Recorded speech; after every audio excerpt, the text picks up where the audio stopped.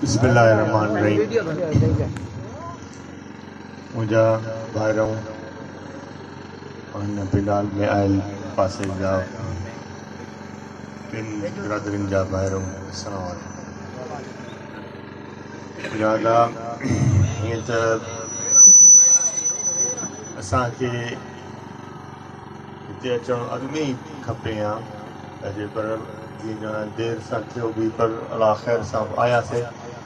इहो मुंहिंजो कुझु सालनि खां इहो हले पियो जो असां पंहिंजे बिरादर खे हर लिहाज़ खां इकठे कयूं, उन्हनि जा जेके मसइला मसाइल आहिनि उन्हनि खे हल करण जो को न को रस्तो कढियो वञे। न सिर्फ़ु ईअं मां चवां त को पंहिंजा मसइला हुजनि, पर ॿियनि सां जंहिं बिरादरियुनि सां मसइला आहिनि उहे बि असां पंहिंजी हद सां उन्हनि खे मसइलनि खे हल करे सघूं। इहा कोशिशि असांजी घणे वक़्त खां हले पई, ॿियनि ज़िलनि में बि, पंजाब में बि।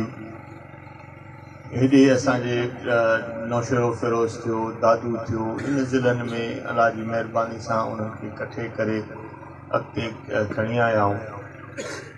हेॾे बि असांजो इहो त बाबा लाड़ जे पासे जीअं हज साहिब जे हूंदे, हज साहिब जे महिल हूंदो त इंसान असांजी हिकिड़े पासे त सम्झां त मां त हिकिड़ो ॿार लथल हूंदो, तंहिं हूंदे बि हज साहिब जो इहो त तव्हां हिकिड़ो दफ़ो ज़रूरु हलो त हिन दोस्तनि खे जेके बि असांजा भाइर आहिनि उन्हनि खे इकठे कजे, उन्हनि में ॻाल्हियूं उन्हनि जूं ॿुधजनि, हुननि जा को सना थोला मसइला पाण में जे बिरादरनि में आहिनि उहे जे हज साहिब या असां गॾिजी हल कयूं त बि असांजे लाइ इहा ख़ुशी थींदी।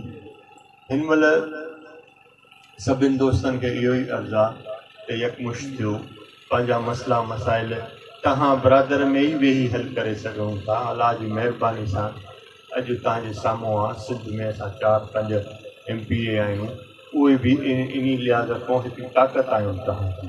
न सिर्फ़ु मां चवां त मां न, मां सां गॾु सभु वेठा आहियूं, असां सभु तव्हांजी ताक़त आहियूं। इंशा अल्लाह ताला तव्हां ॿाहिरनि जो इहो किसो रहियो। असांजी कोशिशि इहा हूंदी त हर कुंड में जिथे बि असांजी बिरादर आहे असां उन बिरादर सां मिलूं, उन्हनि सां मसइला मसाइल उन्हनि जा ॿुधूं।